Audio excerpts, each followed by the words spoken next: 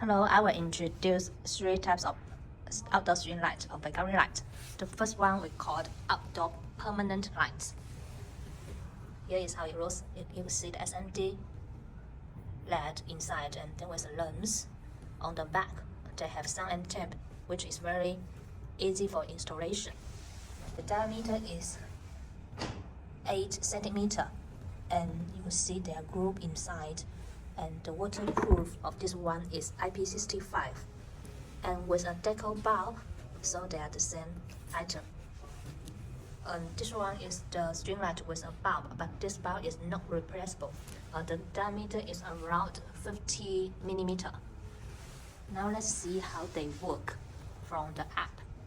Now we'll present a group setting for these three types of string lights.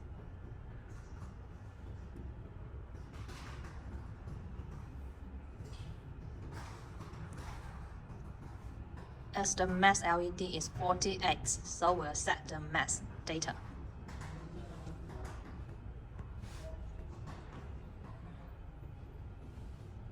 You could also select color for each bulb. Yeah, you will see that the color changed. And then you will see you have different modes for all the string lights.